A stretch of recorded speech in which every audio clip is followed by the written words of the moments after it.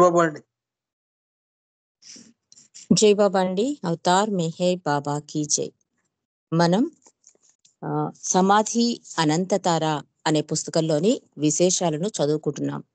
సోదరులు బాలనాట్ గారు రాసిన ఈ ఇంగ్లీషు పుస్తకాన్ని తెలుగు అనువాదం జీబీజీకే చంద్రమౌళేశ్వర గారు రాశారు. నిన్నటి రోజు మనం గుమ్మం వద్ద అంటే బాబా సమాధి వద్ద జరిగిన అంటే ఆ సమాధి ఎలా జరిగింది, ఆ స్థలాన్ని బాబా ఎలా ఎంపిక చేశారు, ఆ తర్వాత అది గర్భగృహంగా ఎలా తయారైంది, ఇలాంటి అద్భుత విశేషాలతో పాటు బాబా భౌతిక నిర్యాణంతరం ఆయన భౌతిక శరీరాన్ని ఎలా పెట్టారు, అందులో ఆ టైములో ఆ మూసిన టైములో ఆ 7 days తర్వాత అది క్లోజ్ చేసిన టైంలో అందరూ ప్రార్థనలు చేయడం, ఇవన్నీ సంగతులన్నీ కూడా బాలనాట్ గారు కళ్ళకు కట్టినట్లుగా మన్ని మెహరాబాదు ఆ బాబా టూమ్ దగ్గర కూర్చోబెట్టేశారు. అందుకే ఇది గుమ్మం వద్ద అని రాశారేమో అని నాకు అనిపించింది. చాలా అద్భుతంగా ఆ అధ్యాయాన్ని మనం చదువుకున్నాం. కానీ బాలనాట్ గారు చివరిలో ఏమంటారంటే, ఇది సమాధి అంటున్నారు కదా, ఆయన ఇప్పుడు ఇక్కడ ఉన్నారా? మెహర్ బాబాగా ఒక మానవ రూపాన్ని ధరించిన ఆ పురాణ పురుషునితో నాకు ఉన్న సంబంధం ఏంటి? అసలు ఆ సుందర రూపం ఇప్పుడు ఎక్కడుంది? అంటే సమాధి క్లోజ్ చేసేసారు కదా, అందుకని ఆయనలో ఆయనే ప్రశ్నించుకుంటున్నారు. ఆ సుందర రూపం ఎక్కడుంది, ఆయన ఇప్పుడు ఎక్కడున్నారు అని నాలో నాకే ప్రశ్నలు మొదలయ్యాయి అని చెప్పి ఈ గుమ్మం వద్ద అనే అధ్యాయాన్ని ముగించారు. నెక్స్ట్ చాప్టర్ ఏంటంటే, నెక్స్ట్ అధ్యాయంలోకి వెళ్దామండి. అవతారుని హాస్యం. దీని గురించి ఏమంటున్నారో మనం తెలుసుకుందాం. వెతకబడ్డవాడే వెతికేవాడు కావడం దివ్య ప్రేమ క్రీడ యొక్క హాస్యం. నేను నా ప్రియతముణ్ణి సంయోగమందు కలిసినప్పుడు నేను సర్వము పోగొట్టుకున్నాను. అహము, మనస్సు, హీన చైతన్యము. అయితే భగవంతునికి కృతజ్ఞతలు అంటూ మెహర్ బాబా ఇచ్చిన సందేశాన్ని కూడా తెలియజేస్తున్నారు. నేను నా హాస్యేంద్రియాన్ని వదులుకోలేదు, అందుకే మీ మధ్య నేను కనిపిస్తున్నాను. మీ స్థాయిలో నాకు నేను అన్ని రకాల మనుష్యులతో సరిపోయేట్లు యాంత్రికంగా మారిపోగలిగి వారున్న చోటనే వారిని కలుస్తాను అన్నారు మెహర్ బాబా. దైవ కృపతో 1944 నవంబర్లో నేను అంటే బాలనాట్ గారి మాటల ద్వారా ఈ అవతారిణి హాస్యాన్ని మనం తెలుసుకుందామండి. బాలనాట్ గారు చెప్తున్నారు, దైవ కృప వలన 1944 నవంబర్లో నేను అవతార్ మెహర్ బాబాను స్వయంగా కలుసుకునే గొప్ప అదృష్టం నాకు లభించింది. తొలిచూపులోనే నేనాయన సముఖాన్ని ప్రేమతో నిండిపోయినట్లు కనుగొన్నాను. అదే పొంగి పొర్లడం వల్ల ఆయన ఆధ్యాత్మిక స్థాయిని గురించిన ఆలోచనలన్నీ, ఆయన ఒక యోగ లేక ఒక దైవ సాక్షాత్కారం పొందిన వ్యక్తా అనే సందేహాలన్నీ అసంబద్ధంగా మారిపోయాయి. నేనాయన్ని మానవ రూపంలో దిగి వచ్చిన రూపరహిత భగవంతునిగా, అవతారినిగా వెంటనే అంగీకరించలేకపోయాను. అయితే అతి సహజ రీతిలో నా భావాలు ఆయన స్థాయికి సంబంధించి ఒక వరుస క్రమంలో జరిగిన మార్పుల ద్వారా అభివృద్ధి చెందాయి. బాలనాట్ గారు చెప్తున్నారు, అవతార్ మెహర్ బాబాతో ఆయన ఎలా దర్శనం చేసుకున్నారు, ఆయన చూడగానే తనకేమనిపించింది, ఇవన్నీ మనకి ఆ ఆయన చెప్తున్నారు. ఏమనంటే, బాబాని చూడగానే ఆయన ఒక యోగా దైవ సాక్షాత్కారం పొందిన వ్యక్తి అనే సందేహాలు నాకు కలిగాయి. ఫస్ట్ లో నేను ఆయన మానవ రూపంలో దిగి వచ్చిన భగవంతుడిగా అనుకోలేదు, అలా అసలు అంగీకరించలేదు కూడా నా మనసు బాబాని చూడగానే. అంటే ఒక్కొక్కరికి ఒక్కొక్క మార్గంలో ప్రభు యొక్క అవతారం అవగతమవుతూ ఉంటుందండి. బాలనాటి గారు ఈ మార్గంలో అంటే ఆయనకి కొన్ని అనుభవాల ద్వారా వరస క్రమంలో రాశారు. అందుకే నా భావాలు ఆయన స్థాయికి సంబంధించి ఒక వరస క్రమలో జరిగిన మార్పుల ద్వారా అభివృద్ధి చెందాయి అంటే, అలా ఆయన్ని అవతారుడుగా భగవంతుడుగా ఆయన గుర్తించగలిగారన్నమాట. నేను ఆయన గురించి ఒక మంచి మనిషిగా గౌరవిస్తూ చాలా గొప్పవాడై ఉంటాడు అన్న భావంతో ఆయన్ని తీసుకున్నాను. అంటే మొదటి పరిచయంలోనే బాబాని ఎలా తీసుకున్నారో చెప్తున్నారు. ఆ తర్వాత ఆయన్ని నేను ఒక సత్పురుషుడిగా గుర్తించసాగాను. మరికొన్నాళ్లకు ఒక సద్గురువుగా గుర్తించాను. చివరకు మెహర్ బాబా యొక్క షరతులు లేని దయ, ఓర్పులకు కృతజ్ఞతలు తెలుపుతూ నా హృదయం అవతారుడిగా ఆయన యథార్థ స్థాయికి మేలుకొల్పబడి పురాణ పురుషునిగా నేను ఆయన్ని అంగీకరించాను. ఎంత అద్భుత చర్య ఆయన చేశారు కనుకే బాలనాటి గారు బాబాని ప్రేమించగలిగి, ఆయన అవతార పురుషుడిగా గుర్తించగలిగేలా బాబాయే చేశారు కనుక అదే చెప్తున్నాడు. ఆయన అపార దయ, ఓర్పులకు నేను కృతజ్ఞత తెలుపుకుంటున్నాను అంటున్నారు. అంటే అంత అద్భుతంగా బాలనాటి గారు ఒక సత్పురుషుడిగా, ఒక పెద్దవాడిగా అలా చూస్తున్నా కూడా బాబాకి అన్నీ తెలిసినా కూడా ఆయనకి అంత అద్భుత తన సాన్నిధ్య భాగ్యాన్ని ప్రసాదించాడు తండ్రి. అలా నేను ఆయన్ని అంగీకరించాను. చివరికి బాబాని పురాణ పురుషునిగా నేను అంగీకరించాను. అవతారుడుగా ఈ భూమిపైకి భగవంతుడు మానవుల మధ్యకు వచ్చినప్పుడు అనంత చైతన్యం స్పష్టమైన అవసరం నిమిత్తం సకల సృష్టి యొక్క శక్తిని వేగిరపరచుటకు దోత్యకమవుతుంది. కనుక మెహర్ బాబా యొక్క అవతార జీవితం అంటే రూపరహితుడైన భగవంతుని చురుకైన ధర్మాచరణ పరిమిత మానవ రూపం ద్వారా జరుగుతుందన్నమాట. ఎంత అద్భుతమైన పదాలు వాడారో బాలనాటి గారు. అంటే ఆయన అవతారుడుగా, పురాణ పురుషుడిగా అంగీకరించకపోయినా ఆయన జీవితంలో జరిగిన ఈ వరుస క్రమం, అనుభవాల వరుస క్రమం ద్వారా ఆ ప్రభు యొక్క ఆ దయ, అపార దయ, అపార ఓర్మి, దాని వలన నేను ఆయన కృతజ్ఞత తెలుపుతూ నా హృదయంలో మార్పు జరిగి అవతారుడిగా యథార్థ పురాణ పురుషునిగా మెహర్ బాబాను అంగీకరించాను. అసలు నిరాకారుడైన భగవంతుడు సాకారుడుగా అంటే భగవంతుడు మానవుల మధ్యకు వచ్చినప్పుడు అంటే నిరాకారుడైన భగవంతుడు అంటే అనంత చైతన్యం కదా! ఈ అనంత చైతన్యం స్పష్టమైన అవసరం నిమిత్తం అంటే దేశకాలమాన పరిస్థితులను బట్టి దిగి వస్తాడాయన. కాబట్టి ఒక స్పష్టమైన నిబద్ధత దివ్య ప్రణాళిక ప్రకారం సకల సృష్టి యొక్క శక్తిని వేగిరపరచుటకు దోత్యకమవుతుంది. అంటే కిందకి దిగి వస్తుంది. కనుక మెహర్ బాబా యొక్క అవతార జీవితం అంటే రూపరహితుడైన భగవంతుని చురుకైన ధర్మాచరణ పరిమిత మానవ రూపం ద్వారా జరుగుతోంది. ఎంత అద్భుతమైన పదాలు వాడారో ఇక్కడ బాలనాటి గారు. అంత నిరాకారుడైన భగవంతుడు సాకారుడై ఒక రూపం తీసుకుని అలాంటి మెహర్ బాబా అంటే నిరాకారుడైన భగవంతుడు సాకారుడుగా మెహర్ బాబాగా వచ్చి చురుకైన ధర్మాచరణ పరిమిత మానవ రూపదేహంలో చేస్తున్నాడు అని చెప్తున్నారు. మెహర్ బాబా యొక్క భౌతిక సమక్షంలో అనుభవించే సంతోషం, ఆనందం చెప్పనలవి కాకుండా ఎప్పటికీ నిలిచిపోతాయి. ఆ సుముఖం హఠాత్తుగా ప్రబలమై కనీసం ఏ మాత్రం ఉపద్రవకరం కాకపోతే దాని గురించి వివరించడం ఎలా కుదురుతుంది? అంటే ప్రతి ఆత్మ కూడా ఆయన సమక్షంలో అద్భుత అనుభూతిని పొందుతుందండి. అంటే ఆయన్ని ప్రేమిస్తున్నారా? ప్రేమించటం లేదా? ఇదేమీ చూడదు. ఆత్మ ఆత్మ యొక్క అనుభూతి అంత అద్భుతంగా ఉంటుంది. అందుకనే పెద్ద పెద్ద సహవాసుల్లో బాబాని ప్రేమించిన వాళ్ళే కాక, బాబా ప్రేమికులే కాక, ఔటర్స్ కూడా ఇప్పటికీ ఆ దివ్య మంగళ స్వరూపాన్ని దర్శించిన వాళ్ళు బాబాని నమ్మకపోయినా ఎవరైనా కలిసినప్పుడు ఆయన అండి ఎంత అద్భుత సౌందర్యం అండి! ఏం దివ్య మంగళ స్వరూపం అండి! ఒక్కసారి చూస్తే మళ్ళీ చూడాలనిపిస్తుందండి అని అనకుండా ఉండలేరు. అంటే అది ఉపద్రవకంగా మారుతుంది అంటున్నారు. అలా మారకపోతే అది స్థిరంగా అంటే సజీవంగా అనుభూతి ఉండదు అని చెప్తున్నారు.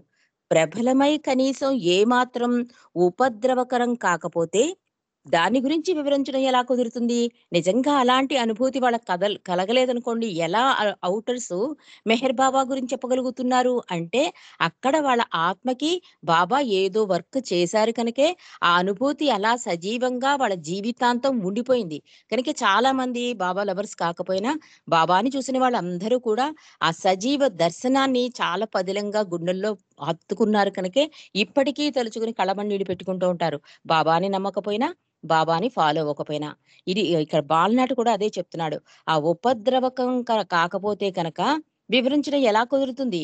బాబా యొక్క గంభీరమైన పరిశుద్ధతలో ఆత్మ నిరూపణ యొక్క సమస్త భారము కురిసించినట్లు కనిపిస్తుంది. మతిని సరిచూడడం వంటి మానసిక యాంత్రిక చర్య స్తబ్దత పరచబడుతుంది. దీని ఫలితంగా ఆయన ఎడల తేలిక మరియు నమ్మక భావం పెరుగుతుంది. ఎంత అద్భుతమైన వర్క్ బాబా చేస్తారో. అందుకే ఒక ఆధ్యాత్మిక త్రోపునిస్తాను నేను అంటారు బాబా. నా చేతుల ద్వారా ప్రసాదం గాని, నా ఆలింగనం గాని, నా స్పర్శ భాగ్యం గాని, నా దర్శన భాగ్యం గాని ఇవన్నీ నేను కొన్ని వేల మందికి చేశారండి బాబా. ఆంధ్రదేశ పర్యటనలో 1,50,000 మందికి దర్శనాలివ్వడం, 50,000 మందికి ప్రసాదాలు చేతి ప్రసాదం అందుకోవడం. ఇది మామూలు చర్యగా మీకనిపించినా కూడా నేనొక ఆధ్యాత్మిక సహాయాన్ని అందిస్తున్నాను అని బాబా మాటలకు అర్థం ఇక్కడ బాలనాడు చెప్తుంది. అంటే ఆయన సుముఖంలో అదేమవుతుందంటే నేను, నాది అన్నది పోయి అసలు ప్రయాణం యొక్క అవగాహన ఆత్మకి కొంచెం రుచి చూపిస్తాడమాట తండ్రి. దీని ఫలితంగా ఆయన ఎడల తేలిక మరియు నమ్మక భావం పెరుగుతుంది. అంటే ఈయన భగవంతుడుని ఆత్మ అంగీకరించేస్తుంది. దానివల్ల మనసు పనిచేయడం వల్ల దాన్ని మనం అంగీకరించలేకపోతున్నాం గానీ, ఆయన సమక్షంలో ఎప్పుడూ హృదయం తెరుచుకునే ఉంటుంది అన్నట్టుగా ఇక్కడ బాలనాటి గారు చెప్తున్నారు. కాబట్టి బాబా ముఖమును రెప్ప వేయకుండా నేనెప్పుడు చూసినా అది ఒక్కొక్కసారి దాని ముఖ కవళికల ద్వారా తన పూర్తి సంతోషం, దుఃఖాలతో మానవాళి నాటకీయతను వ్యక్తపరుస్తున్నట్లు అనిపించేది. ఆయన ప్రసరింపచేసే ఆనందంతో పాటు అక్కడ బంధరహిత భావం కూడా ఉండేది. ఆయన కంటికి కనిపిస్తూ బాధలను అనుభవిస్తున్నప్పుడు కరుణ తెలిపే భావం వ్యక్తమయ్యేది. బాబాతో నా జీవితంలో అనేక మార్పుల ద్వారా చేసిన నా అంతర్ప్రయాణం ఆయన భౌతిక సుముఖంలో ఉండాలన్న నా తితీక్ష మరింత తీవ్రమైంది. అంటే బాబా సాన్నిధ్యంలో ఆయన వచ్చినప్పుడు ఉన్న భావన, ఆ తర్వాత ఈయన భగవంతుడు, పురాణ పురుషుడు అని తెలిసాక ఏమైంది, ఎక్కువ సమయం బాబాతో గడపాలనే కోరిక ఎక్కువైపోయింట బాలనాటికి. 1948 జూలైలో బాబా ఆదేశాల ప్రకారం వ్రాయబడిన ఒక ఉత్తరం ద్వారా స్కూలు సెలవులప్పుడు గాని లేదా నాకు సెలవులు మంజూరైతే వెళ్ళి బాబాని దర్శించేందుకు నేను అనుమతించబడ్డాను. ఎటువంటి కుటుంబ బాధ్యతలు లేకుండా స్వేచ్ఛగా ఉండే పక్షంలో రావచ్చునని బాబా నాకు తెలిపారు. ఇటువంటి అదృష్ట అవకాశాల్ని బాబాతో ఉండేందుకు నేను చాలా సార్లు వినియోగించుకున్నాను. అయినప్పటికీ ఎలాగో నేనీ అవకాశాన్ని అనుగ్రహంగా తీసుకున్నానే తప్ప అందరి లోతైన భావార్థాన్ని లేదా దానిని గౌరవించి అతి వినయంతో బాబాకు కృతజ్ఞతలు చెప్పాలని గుర్తించలేకపోయాను అంటున్నారు. ఎంత అద్భుతంగా ప్రభు తనని దగ్గరికి తీసుకున్నారో చెప్తున్నారు బాలనాటు. ఆ సమయంలో నేను చేసిన చర్య గాని, నా జీవితంలో జరిగిన సంఘటనలు గాని నేను ఊహించలేదు. కనీసం ప్రభువుకి కృతజ్ఞతలు కూడా చెప్పుకోలేదు. దానివల్ల నేను ఎంత అద్భుతాన్ని పొందుతున్నానో నాకప్పుడు తెలియలేదు అంటున్నాడు బాలనాటు. మెహ్రాజాదులో బాబాతో నేను ఆఖరిసారి గడపడం 1968 నవంబర్‌లో జరిగింది. నేను వెళ్ళబోయే ముందు బాబా మండలి హాల్‌లో ఒక మూలగా ఉన్న తన కుర్చీలో కూర్చుని ఉండగా, నేనాయనకు నమస్కరించి వెళ్ళిపోయేందుకు అనుమతి కోరాను. బాబా తల ఊపుతూ అంగీకారాన్ని తెలిపి సుఖంగా ఉండు అనే అర్థం వచ్చేటట్లు తన కుడి చేతిని పైకెత్తి సంకేతాన్ని అందించారు నాకు. నేను తలుపు వద్దకు చేరుకుంటున్నంతలో బాబా నన్ను మళ్ళీ వెనక్కి పిలిచి సున్నితమైన చిరునవ్వులు చిందిస్తూ బాబా నా వైపు చూచి నన్ను ముద్దు పెట్టుకుని అప్పుడు వెళ్ళు అని సౌజ్ఞలు చేశారు బాబా నాకు. ఆ సమయంలో ఆయన త్వరలోనే తన శరీరాన్ని మన దృష్టి నుంచి మరుగుపరచబోతున్నారు అని నేనెంత మాత్రం ఊహించలేకపోయాను. కానీ బాబాకు తెలుసు. అందుకే తన ప్రేమాన్విత కరుణలో ఆయన తన చూపును నా అంతిమ వీడ్కోలుగా ఒక ముద్దుతో శాశ్వతంగా ముద్ర వేయబడేటట్టు చేశారు అన్నారు బాల్నాటు. అవతారిణి బుగ్గలపై నా పెదాల స్పర్శ ఆయన యందు నాకు ఉన్న ప్రేమ యొక్క ఎడతెగని నిత్యమైన ఓట చలముగా మారిపోయింది. తదుపరి సంవత్సరాల్లో స్వభావరీత్యా, వ్యాకులిత భావరీత్యా, ఉపద్రవకర పరిస్థితులలో నేనున్నప్పుడు ఆ ముద్దు నేను వాటిని భరించేటట్లు చేసి పురాణ పురుషునిగా ఆయన యందు నిత్యం పెరిగే నమ్మకాన్ని పోషించేందుకు సహాయపడేది. అవతారుడి కృప అటువంటిది అన్నారు బాల్నాటు. అంటే బాబా యొక్క బాంధవ్యంలో నేనెన్నో అనుభూతులు పొందాను. ఆ భాగ్యం నాకిచ్చారు. కానీ అప్పుడు నాకు తెలియలేదు. కానీ 1968లో మాత్రం బాబా దర్శనానికి వెళ్ళినప్పుడు బాబా ఏంటి వీడ్కోలిస్తున్నప్పుడు సుఖంగా ఉండు అని బ్లెస్సింగ్స్ ఇస్తూ ముద్దు పెట్టుకోమన్నారు. ఆ ముద్దు వలన ఏంటంటే ఆయన రాస్తున్నారిక్కడ. నాకు ఉన్న ప్రేమ యొక్క ఎడతెగని నిత్యమైన ఊటచలంగా మారిపోయింది. ఊటచలము అంటే ఊరుతూ ఉంటుంది. అలా ఊరుతూనే ఉంటుంది చూడండి. ఆ అనుభూతి ఆయనకలా ఊరుతూ ఉంటుంటది తలుచుకున్నప్పుడల్లా. అది ఎలాంటి టైంలో తలుచుకుంటారు బాలనాటి గారు? ఆయనకేదైనా స్వభావరీత్యా ఏదైనా ప్రాబ్లమ్స్ ఉన్నా, ఒక కష్టమైన గడ్డు పరిస్థితుల్లో, ఎలాంటి పరిస్థితుల్లోనైనా సరే, ఆ ముద్దు గనక తలుచుకుంటేటండి అన్నీ పోతాయట. అవి భరించేటట్లు చేస్తాయి అంటున్నారు ఆ బాలనాటి గారు.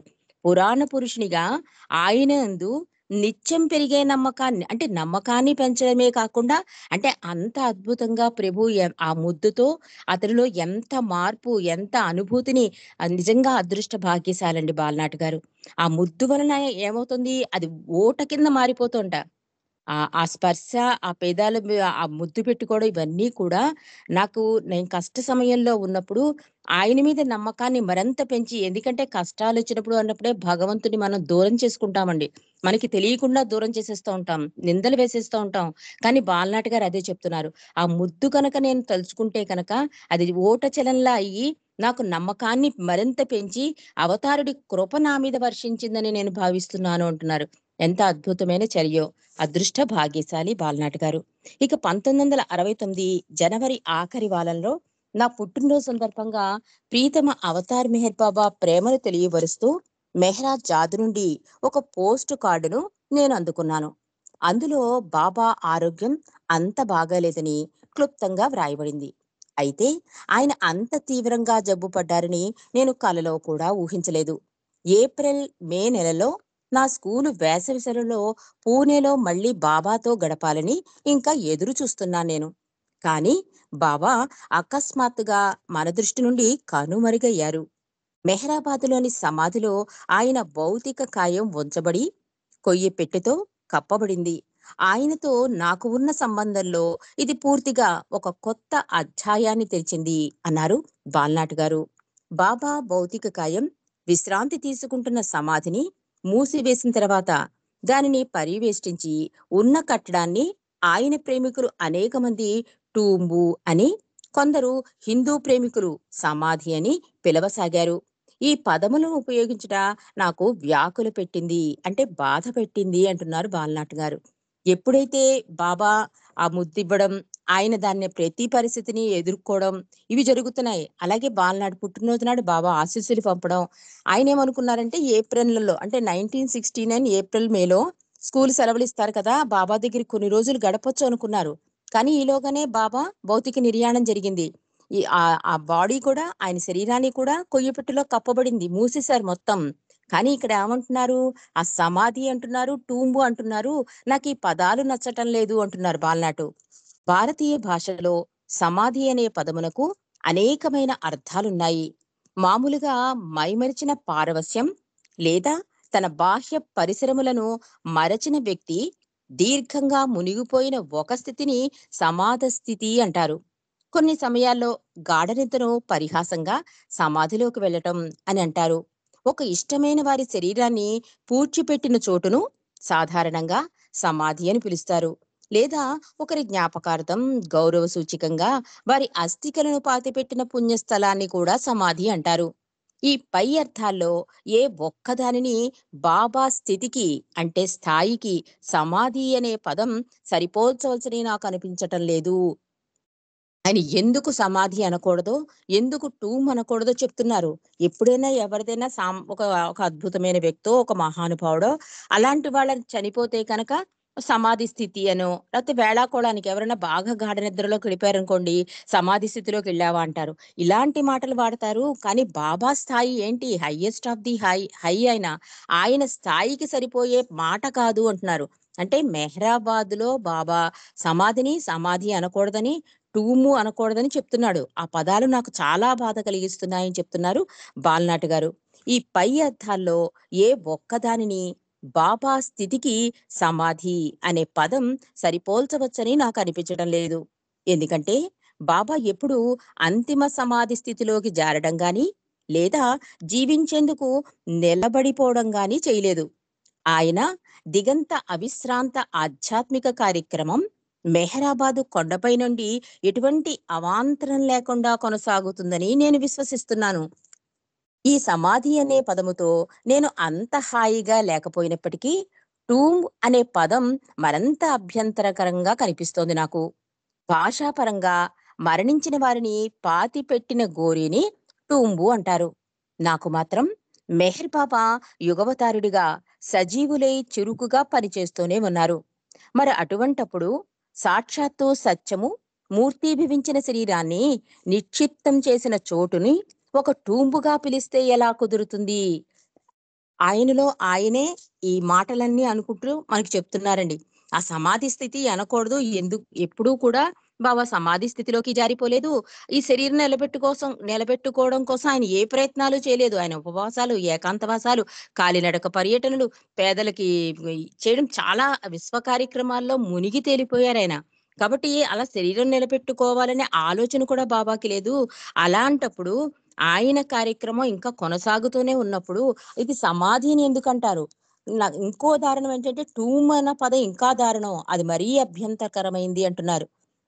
బాల్నాటు.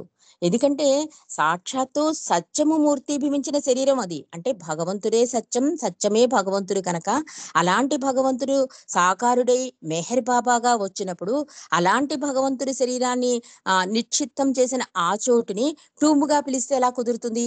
చాలా బాధతో ఆర్ద్రతతో రాస్తున్నాడండి ఈ పదాలన్నీ కూడా.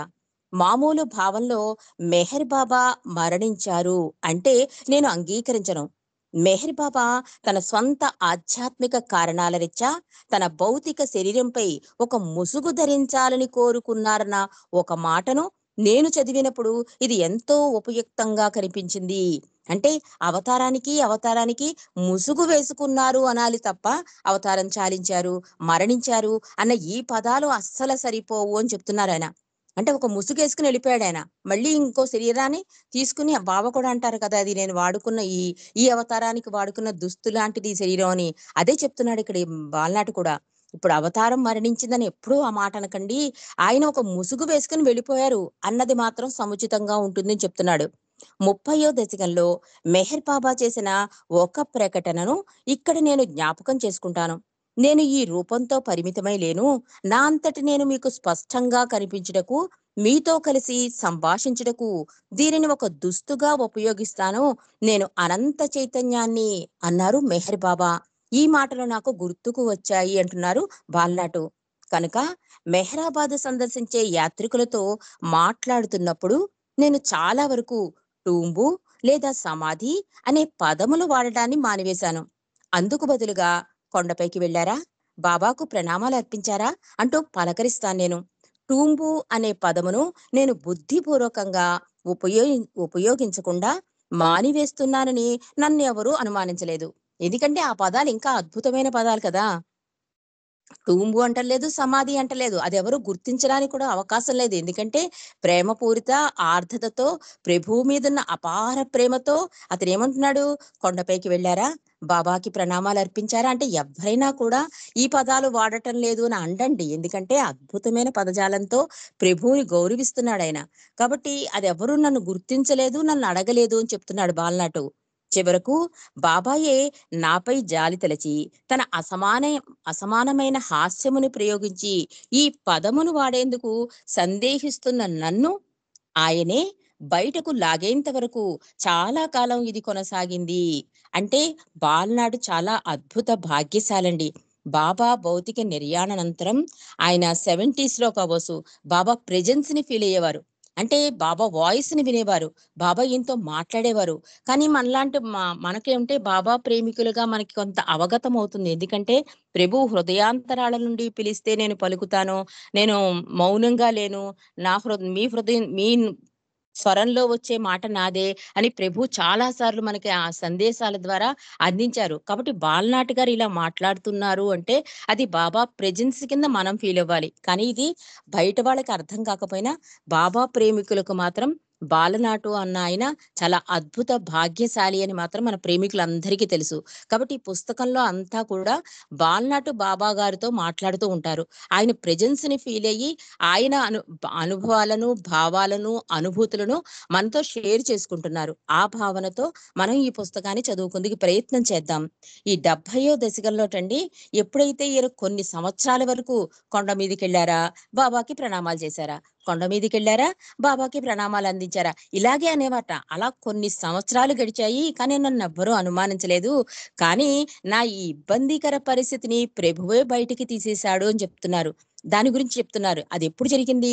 1970లో బాబా చొరవ చేసుకుని ఈ ప్రేరణ అంటే నేను ఎందుకు ఇంత మదన పడుతున్నాను అంటే దాని నుంచి బయటికి లాగారు నన్ను అంటున్నారు. అయితే నేను ఒక విషయం స్పష్టంగా చెప్పదలిచాను. ఏమి అనుసరించాలనుకున్నా అది మెహర్ బాబా యొక్క దర్శనం పైన, లేదు నేను ఆయనతో జరిపిన వాస్తవ సంభాషణ పైన ఆధారపడి లేదు.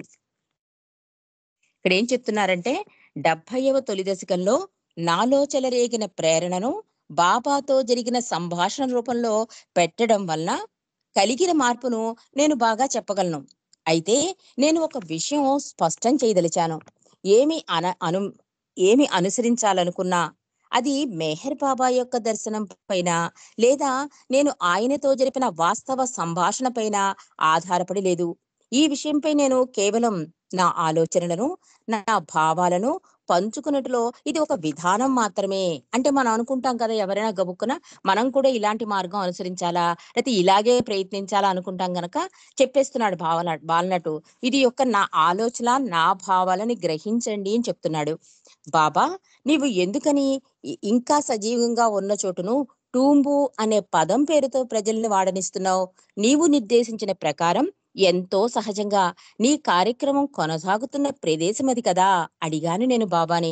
బాలనాడు చెప్తున్నారు, నేను నేను చేసే ఈ సంభాషణ అంతా కూడా ఇది నా భావాలు, నా ఆలోచనలు, వాటిని మీకు చెప్తున్నాను. ఇది అందరికీ ఇలాగే జరగాలని లేదని కూడా చెప్పేశారు బాలనాటి గారు. చెప్తూ ఎలాగ టూంబు అనే పదానికి బాబా తన ఆ సమస్య నుంచి బయట పడేశారో చెప్తున్నాడు. బాబాని అడిగాట బాలనాటు, బాబా నువ్వు ఎందుకని ఈ సజీవంగా ఉన్న ఆ చోటికి టూమ్ అని పేరు పెట్టించి ప్రజల చేత పిలిపిస్తున్నావు? నీవు నిర్దేశించిన ప్రకారం ఎంతో సహజంగా నీ కార్యక్రమం కొనసాగుతున్న ప్రదేశం కదా. అంటే బాబా అంటారు కదా, నా విశ్వ కార్యక్రమం ఇంకా కొనసాగుతూనే ఉంది. నా భౌతిక నిర్యాణ అనంతరం కూడా అన్నారు కదా. అందుకని చెప్తున్నాడు బాలనాటు. దీనికి బదులుగా టూంబు అనే పదములో తప్పేమున్నది అని బాబా నన్నడిగినట్లు నాకు అనిపించింది. బాబాతో ఇలా క్వశ్చన్ వేయగానే అవును టూంబ్ అన్న పదంలో తప్పేముంది అని బాబా ప్రశ్నించినట్టు నాకు అనిపించింది. దానిలో తప్పేముంది, దానిలో ఒప్పేముంది, ఇంతకంటే మరి చెడ్డది లేదా తప్పుగా తెలియజేసే మరో పదం తెలియజెప్పవచ్చునని నేను అనుకోను. నీవు సజీవంగా లేవా?